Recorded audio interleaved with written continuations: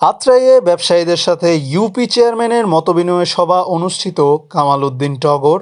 নওগাঁ প্রতিনিধি জানায়, নওগাঁর আত্রাই উপজেলার সাহেবগঞ্জ বাজারের সকল ব্যবসায়ীদের উপস্থিতিতে শান্তিশৃঙ্খলা ও উন্নয়নকে এগিয়ে নেওয়ার লক্ষ্যে লাগামহীন দ্রব্যমূল্য বৃদ্ধি ও সিন্ডিকেট বন্ধের লক্ষ্যে ঐক্যবদ্ধভাবে কাজ করার জন্য মতবিনিময় সভা অনুষ্ঠিত হয়েছে। রোববার ১ ডিসেম্বর সকাল ১১টায় পাচুপুর ইউনিয়ন পরিষদ সভাকক্ষে এ মতবিনিময় সভা অনুষ্ঠিত হয়। উপজেলা সাহেবগঞ্জ বাজার মালিক ও বণিক সমিতির আয়োজনে প্রধান অতিথি হিসেবে উপস্থিত ছিলেন উপজেলার সদর পাচুপুর ইউনিয়ন পরিষদের চেয়ারম্যান সাংবাদিক মোহাম্মদ খবিরুল ইসলাম।